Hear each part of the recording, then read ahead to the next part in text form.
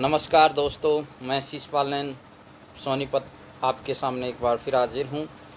Bharat, India, Hindustan.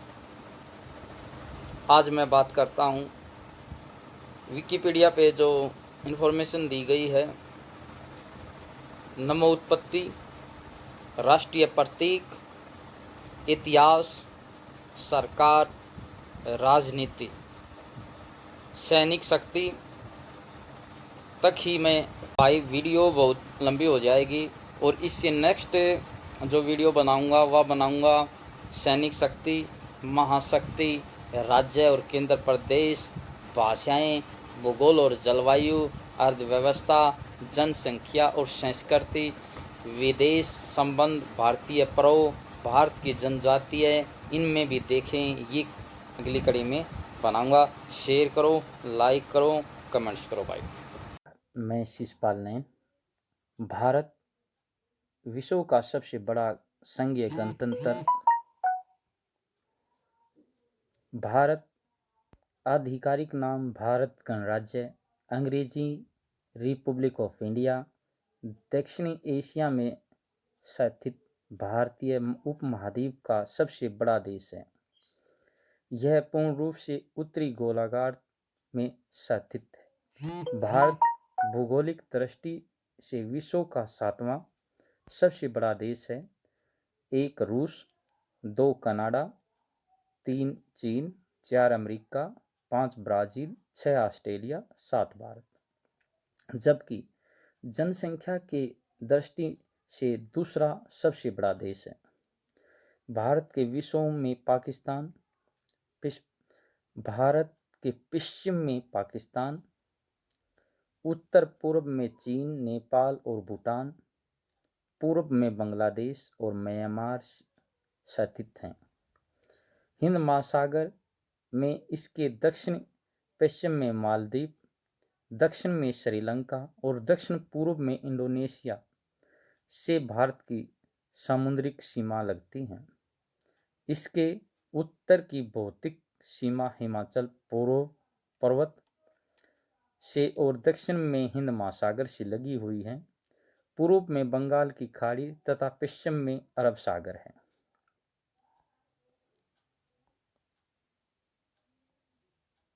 आधुनिक मानव या होमो sapiens Africa से भारतीय उपमहाद्वीप में 65000 साल पहले आया था।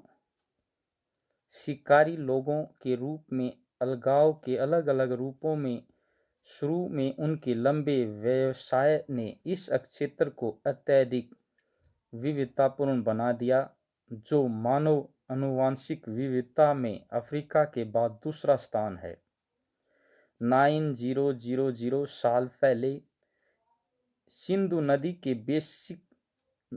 पश्चिम हाशिए में उपमहाद्वीप में बसा हुआ जीवन धीरे धीरे तीसरे सहस्राब्दी ईसा पूर्व की सिंधु घाटी सभ्यता में विकसित हुआ।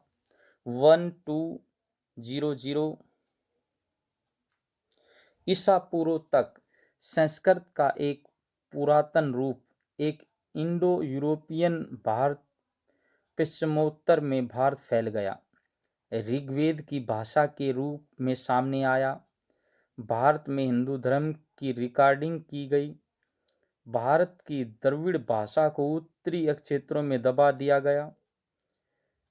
400 ईसा पूर्व तक जातिवाद द्वारा सत्रीकरण और बहिष्कार हिंदू धर्म के भीतर उभरा और बौद्ध धर्म और जैन धर्म उत्पन्न हुए थे। आनुवंशिकता के लिए बिना सोचे समझे सामाजिक आदेशों की घोषणा की गई। प्राचीन सिंधु घाटी सभ्यता और बड़े बड़े साम्राज्यों का विकास स्थान रहे भारतीय उपमहाद्वीप को इसके सांस्कृतिक और आर्थिक सफलता के लंबे इतिहास के लिए जाना जाता रहा है। 4 प्रमुख संप्रदायों हिंदू, बौद्ध, जैन और सिख धर्मों का यहाँ उदय हुआ। पारसी, यहूदी, ईसाई और मुस्लिम धर्म प्रथम 6 शताब्दी में यहाँ पहुँचे और यहाँ की विविध संस्कृति को नया रूप दिया। कार्मिक विजयों के परिणाम स्वरूप ब्रिटिश ईस्ट इंडिया कंपनी 18वीं और 19वीं सदी में भारत के ज्यादातर हिस्सों को अपने राज्यों में मिला लिया। 1857 के विफल 1857 के विफल विद्रोह के बाद भारत के प्रशासन का भारत ब्रिटिश साम्राज्य ने अपने ऊपर ले लिया। ब्रिटिश भारत के रूप में ब्रिटिश साम्राज्य के प्रमुख अंग भारत ने महात्मा गांधी के नेतृत्व में एक लंबे और मुख्य रूप से अहिंसक स्वतंत्रता संग्राम के बाद 15 अगस्त 1947 को आज़ादी पाई। 1950 में लागू हुए नए संविधान में इसे सार्वजनिक व्यस्तक मताधिकार के आधार पर स्थापित संवैधानिक लोकतांत्रिक गणराज्य घोषित कर दिया गया। यूनाइटेड किंगडम की तर्ज पर वेस्टमिंस्टर शैली की संसदीय सरकार स्थापित की गई। एक संघीय राष्ट्र भारत को 19 राज्यों और 7 संघ शासित प्रदेशों में गठित किया गया। लंबे समय तक समाजवादी आर्थिक नीतियों का पालन करने के बाद 1991 के पश्चात भारत के उदारीकरण और वैश्वीकरण की नई नीति के आधार पर सार्थक आर्थिक सामाजिक प्रगति की गई। 2017 में भारतीय अर्थव्यवस्था के मानक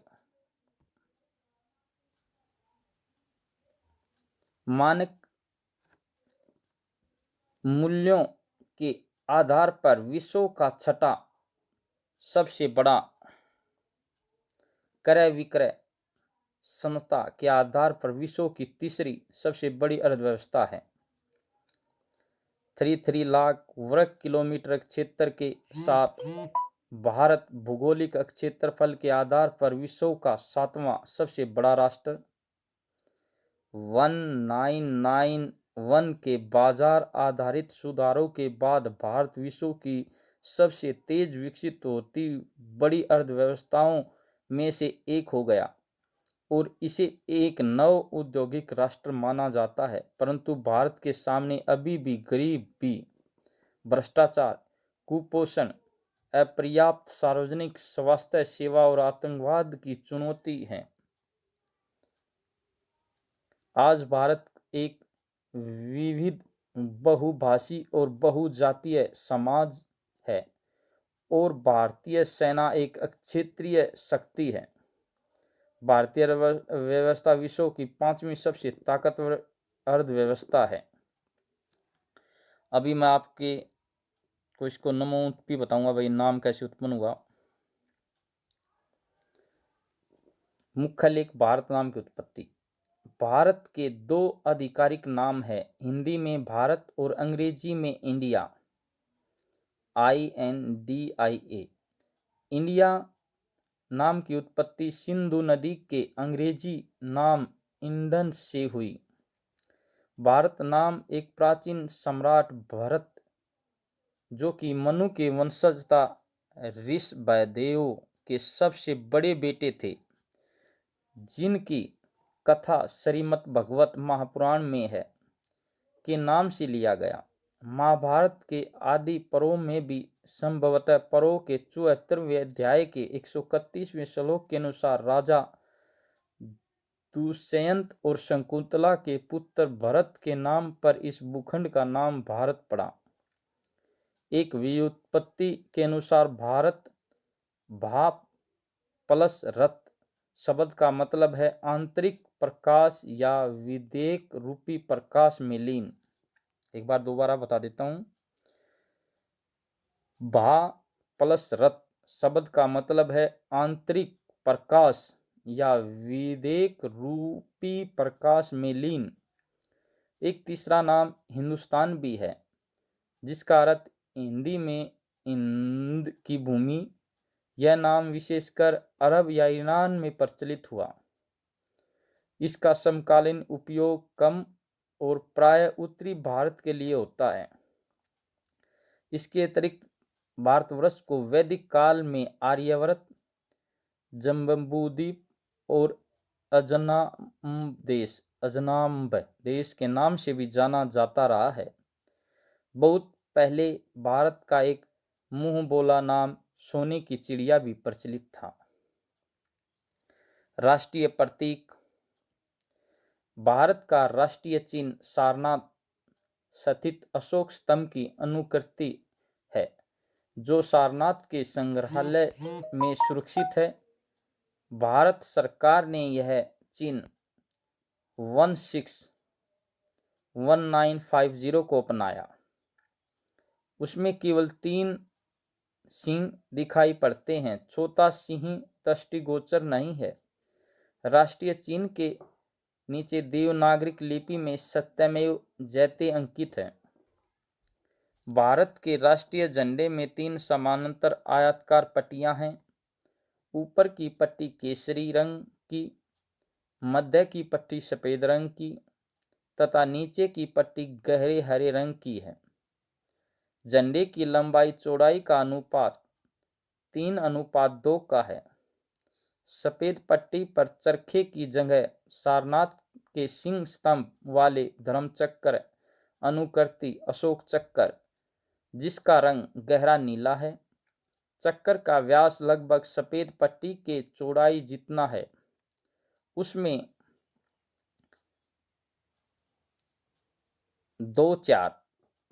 24 अरे हैं। राष्ट्रभाषा हिंदी। कवि रविंद्रनाथ ठाकुर द्वारा लिखित जन गण मन के प्रथम अंश को भारत के राष्ट्रीय गान के रूप में 24 जनवरी 1950 ईस्वी को अपनाया गया। साथ साथ यह भी निर्णय लिया गया बंकिम चंद्र चटर्जी द्वारा लिखे वंदे मातरम को भी जनगण मन के सम्मान ही दर्जा दिया जाए, क्योंकि स्वतंत्रता संग्राम में वंदे मातरम गान जनता का प्रेरणा स्रोत था। भारत सरकार ने देश भर के राष्ट्रीय पंचांग के रूप में शंख संवत को अपनाया। इसका प्रथम मास चैत और वर्ष का सामान्य 365 दिन का है। इस पंचांग के दिन स्थायी रूप से अंग्रेजी पंचांग के मास दिनों के अनुरूप बैठते हैं। सरकारी कार्यों के लिए ग्रेगरी कैलेंडर, अंग्रेजी कैलेंडर के साथ साथ राष्ट्रीय पंचांग का भी प्रयोग किया गया। अभी इतिहास बताते हैं। भारत का इतिहास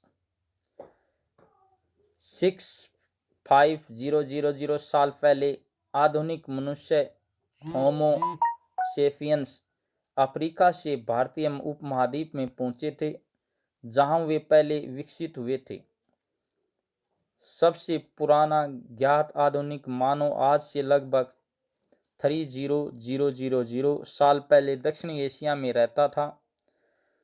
6500 ईसा पूर्व के बाद खाद्य फसलों और जानवरों के वर्चस्व के सबूत, स्थायी संरचनाओं का निर्माण, कृषि अधिशेष का भंडार मेहरगढ़, बलूचिस्तान के अन्य स्थलों में दिखाई दिया।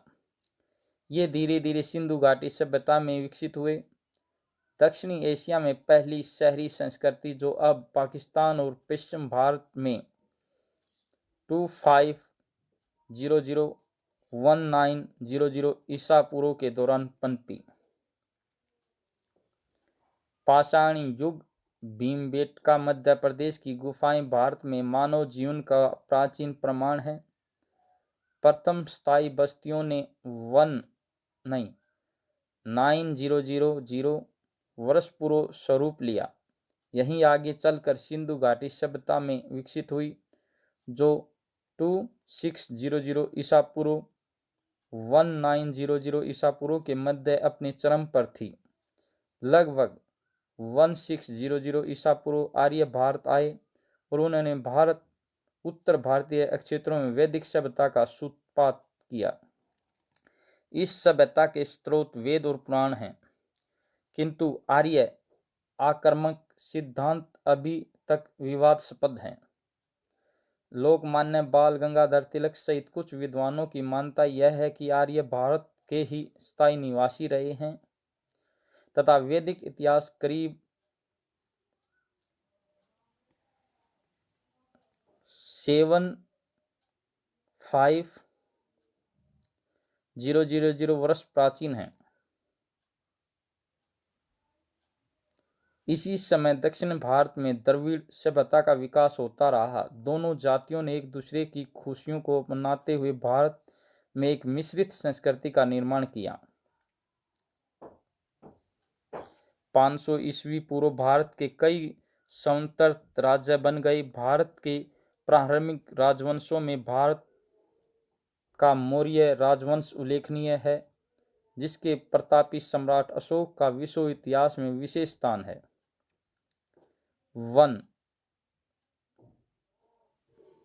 180 ईस्वी के आरंभ में मध्य एशिया से कई आक्रमण हुए, जिनके परिणाम स्वरूप उत्तर भारतीय उपमहाद्वीप में यूनानी, संक, पारथी और अंततः कुषाण राजवंश स्थापित हुआ।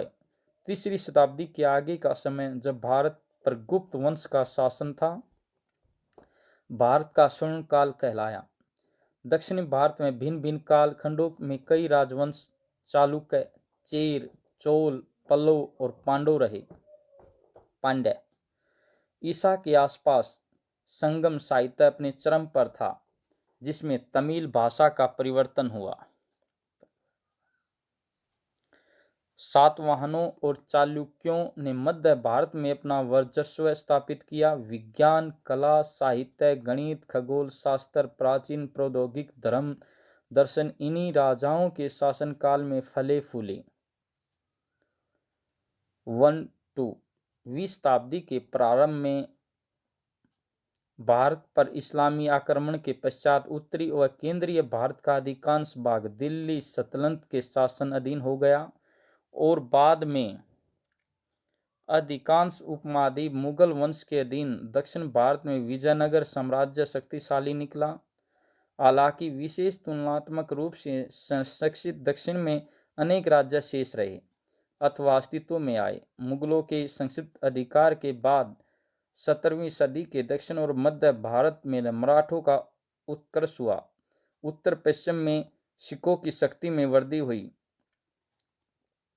1-7वीं शताब्दी के मध्यकाल में पुर्तगाल, डच, फ्रांस, ब्रिटेन सहित अनेक यूरोपियन देशों जो भारत में व्यापार करने के इच्छुक थे, उन्होंने देश की आंतरिक सांस्कृतिक अराजकता का फायदा उठाया। अंग्रेज दूसरे देशों से व्यापार के इच्छुक लोगों को रोकने में सफल रहे और 1840 तक लगभग संपूर्ण देश पर शासन करने में सफल हुए।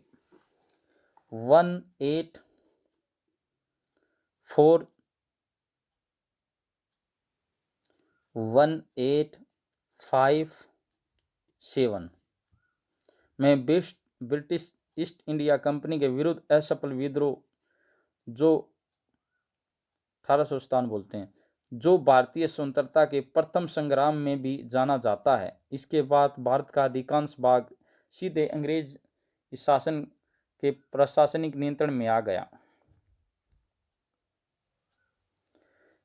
20वीं सदी के प्रारंभ में आधुनिक शिक्षा के प्रसार, विश्व पटल पर बदलती राजनीतिक परिस्थितियों के चलते भारत में एक बौद्धिक आंदोलन का सूत्रपात हुआ, जिसने सामाजिक राजनीतिक स्तरों पर अनेक परिवर्तन एवं आंदोलनों की नींव रखी।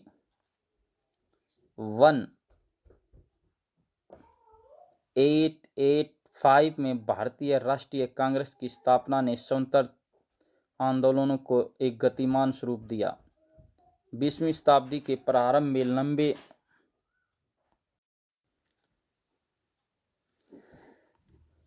जिसका नेतृत्व महात्मा गांधी, जो आधिकारिक रूप से आधुनिक भारत के राष्ट्रपिता के रूप में संबोधित किए जाते हैं, इसी सदी में भारत के सामाजिक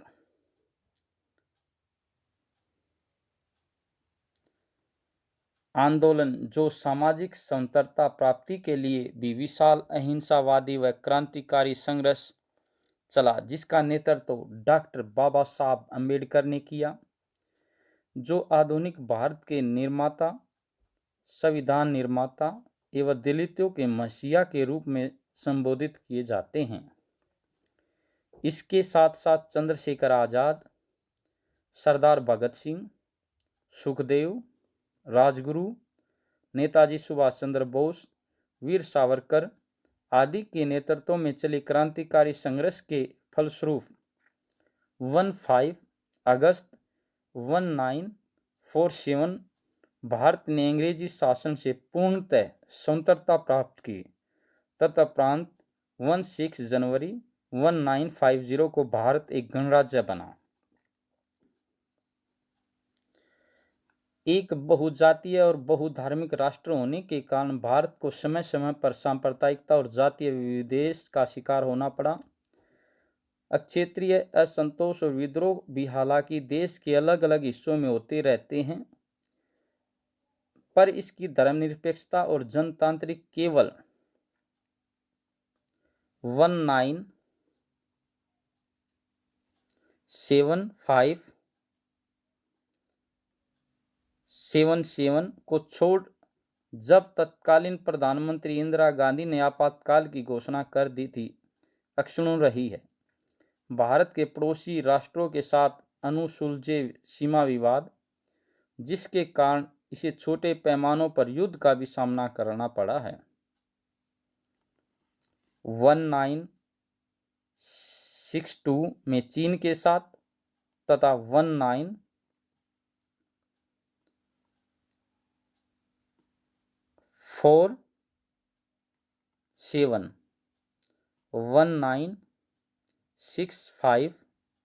1971 एवं 1999 में पाकिस्तान के साथ लड़ाई हो चुकी है। भारत गुटनिरपेक्ष आंदोलन तथा संयुक्त राष्ट्र संघ के संस्थापक सदस्यों में से एक है। भारत गुटनिरपेक्ष 1974 भारत ने अपना पहला परमाणु परीक्षण किया,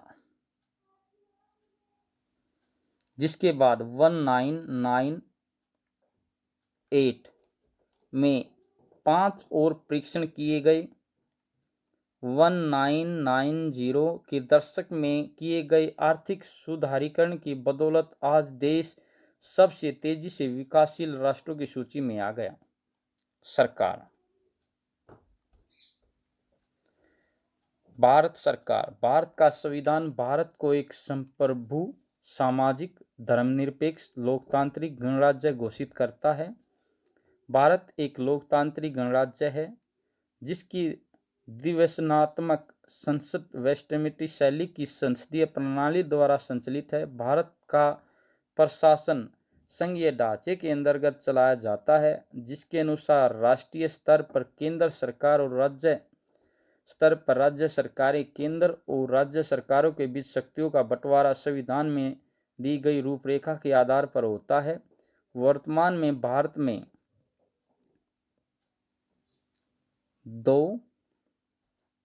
28 राज्य और 8 केंद्र शासित प्रदेश हैं। केंद्र शासित प्रदेशों में स्थानीय प्रशासन को राज्यों की तुलना में कम शक्ति प्राप्त होती है। भारत का सरकारी ढांचा, जिसमें केंद्र राज्यों की तुलना में ज़्यादा सशक्त है और आमतौर पर अर्ध संघीय कहा जाता है, पर 1990 के दशक में राजनीतिक, आर्थिक, सामाजिक बदलाव के कारण इसकी रूपरेखा धीरे धीरे अधिक संघीय हो जाती रही है। इसके शासन में 3 मुख्य अंग हैं: न्यायपालिका, कार्यपालिका, व्यवस्थापिका। व्यवस्थापिका संसद को कहते हैं, जिसके 2 सदन हैं: उच्च सदन राज्यसभा अथवा राज्य परिषद और निम्न सदन लोकसभा। राज्यसभा में 2, 4, 5 सदस्य होते हैं, जबकि लोकसभा में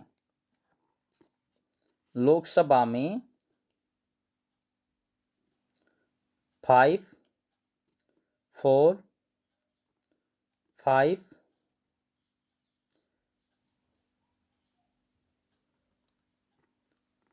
राज्यसभा एक स्थायी सदन है और इसके सदस्यों का चुनाव अप्रत्यक्ष विधि से 6 वर्षों के लिए होता है। राज्यसभा के ज्यादातर सदस्यों का चयन राज्यों की विधानसभा के सदस्यों द्वारा किया जाता है और हर दूसरे साल राज्यसभा के 1/3 सदस्य पद मुक्त हो जाते हैं। लोकसभा के 5, 4, 3 सदस्यों का चुनाव प्रत्यक्ष विधि से 5 वर्षों की अवधि के लिए आम चुनाव के माध्यम से किया जाता है, जिनमें 18 वर्ष से अधिक उम्र के सभी भारतीय नागरिक मतदान कर सकते हैं। इसके अलावा 2 सदस्यों को राष्ट्रपति एंग्लो इंडियन समुदाय में से नामित कर सकती है, अगर यह समुदाय संसद में पर्याप्त रूप से प्रतिनिधित्व न पा सका हो। कार्यपालिका के 3 अंग: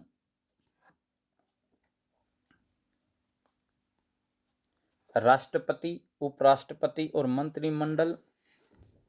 राष्ट्रपति, जो राष्ट्र का प्रमुख है, की भूमिका अधिकतर अनुष्ठानिक ही है। उसके दायित्वों में संविधान का अभिव्यक्तिकरण, प्रस्तावित कानून पर अपनी सहमति देना और अध्यादेश जारी करना प्रमुख है। भारतीय सेनाओं का मुख्य सेनापति भी राष्ट्रपति और उपराष्ट्रपति को एक अप्रत्यक्ष मतदान विधि द्वारा 5 वर्षों के लिए चुना जाता है। प्रधानमंत्री सरकार का प्रमुख है। कार्यपालिका की सारी शक्ति उसी के पास होती हैं।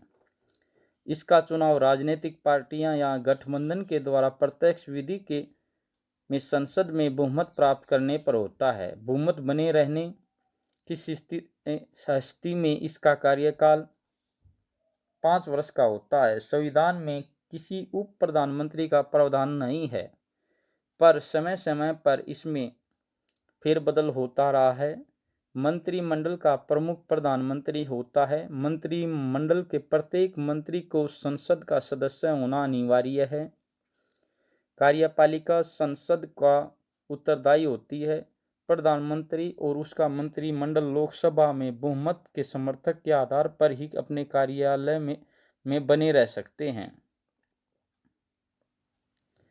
भारत की स्वतंत्र न्यायपालिका ढांचा त्रिस्तरीय है, जिसमें सर्वोच्च न्यायालय, जिसके प्रधान न्यायाधीश 2, 5 उच्च न्यायालय और बहुत सारी निचली अदालतें हैं। सर्वोच्च न्यायालय को अपने मूल न्यायाधिकारिक ओरिजिनल जुडिशियल और उच्च न्यायालयों के ऊपर अपीलीय न्यायाधिकारों के मामलों दोनों को देखने का अधिकार है।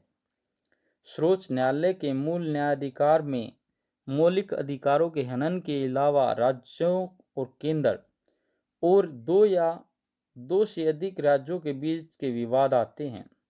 सर्वोच्च न्यायालय को राज्य और केंद्रीय कानूनों को संवैधानिक ठहराने के अधिकार हैं। भारत में 2, 4 उच्च न्यायालयों के अधिकार और उत्तरदायित्व सर्वोच्च न्यायालय की अपेक्षा सीमित हैं। संविधान ने न्यायपालिका को विस्तृत अधिकार दिए हैं, जिनमें संविधान की अंतिम व्याख्या करने का अधिकार भी सम्मिलित है। अब राजनीति पे आते हैं। भारत की राजनीति।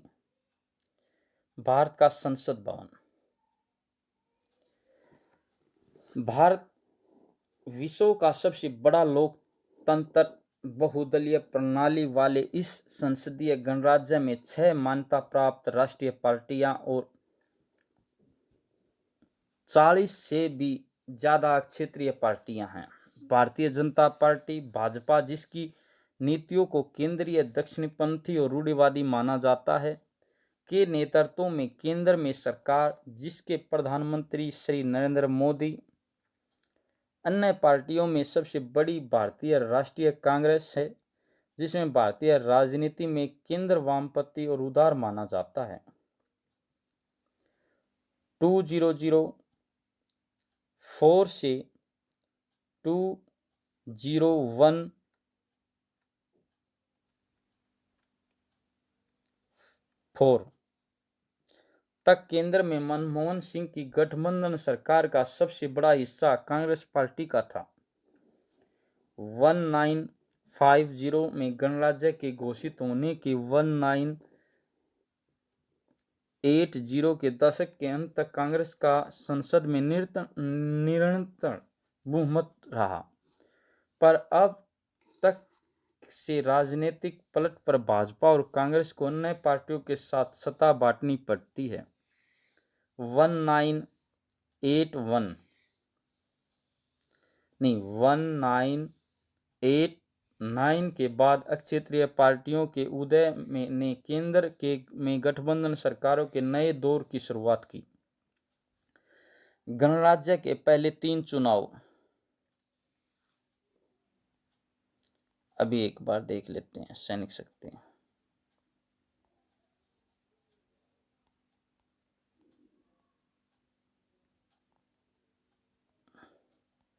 अभी मैं आपको इसके, ये बहुत लंबा हो जाएगा।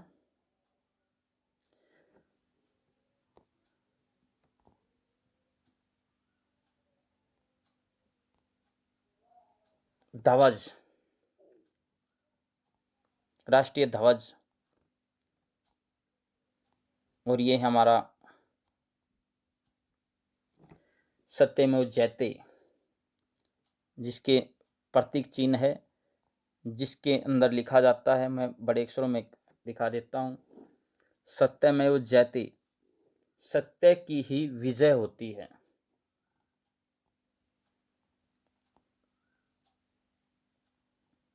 ये हमारा भारत द्वारा नियंत्रित क्षेत्र को गहरे हरे रंग में दिखाया गया है।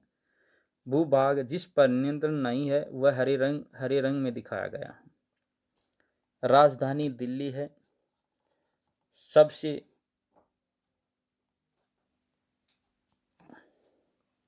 राजधानी दिल्ली है। सबसे बड़ा नगर मुंबई है। राजभाषा हिंदी अंग्रेजी है। मान्यता प्राप्त क्षेत्रीय भाषाएं 8वीं अनुसूची असमिया, बंगला, बोडो, डोगरी, गुजरात हिंदी, कन्नड़, कश्मीरी, कोंकण, मैथिली, मणिपुरी, मलयालम, मराठी, नेपाली, ओडिया, पंजाबी, संस्कृत, स्थानी, सिंधी, तमिल, तेलुगु और उर्दू है। राष्ट्रभाषा कोई नहीं।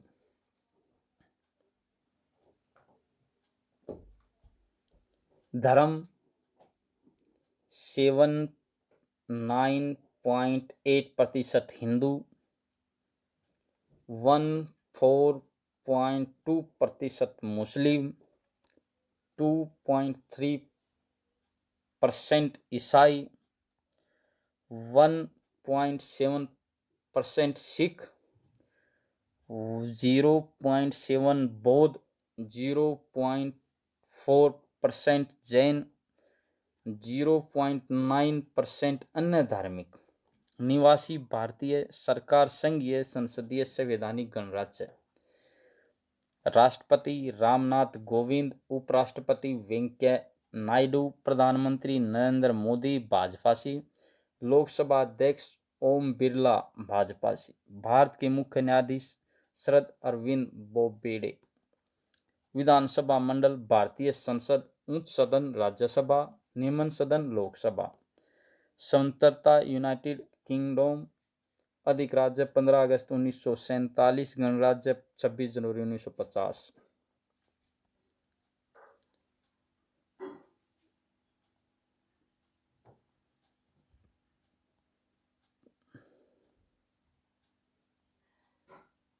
दिनांक प्रारूप डेट, मंथ और ईयर में लिखा जाता है।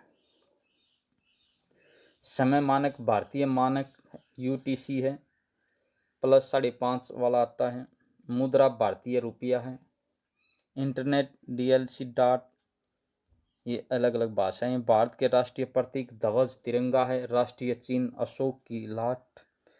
राष्ट्रभाषा कोई नहीं। राष्ट्रगान जनगण मन। राष्ट्रीय गीत वंदे मातरम। पशु बाघ, जलीय जीव गंगा डॉल्फिन, पक्षी मोर, पुष्प कमल, वृक्ष बरगद, फल आम, खेल मैदानी हॉकी, पांचांक संघ पांचांक। भारत के राष्ट्रीय प्रतीक भारतीय दूतावास लंदन। 3री शताब्दी में सम्राट अशोक द्वारा बनाया गया मध्य प्रदेश में सांची का, और बड़े करके दिखा देता हूं भाई, ये सांची का स्तूप है। मध्य प्रदेश में सांची का स्तूप।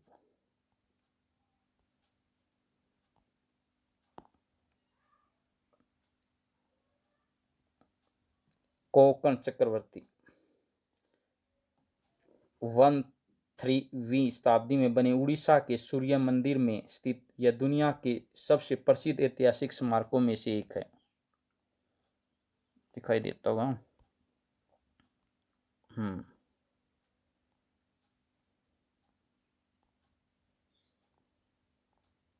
तो दोस्तों, राजनीति, ये हमारा संसद भवन,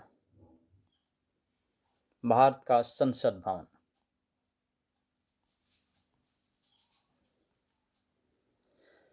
सैनिक शक्ति के बारे में भी बहुत लंबी चौड़ी बातें हैं जो मैं आपको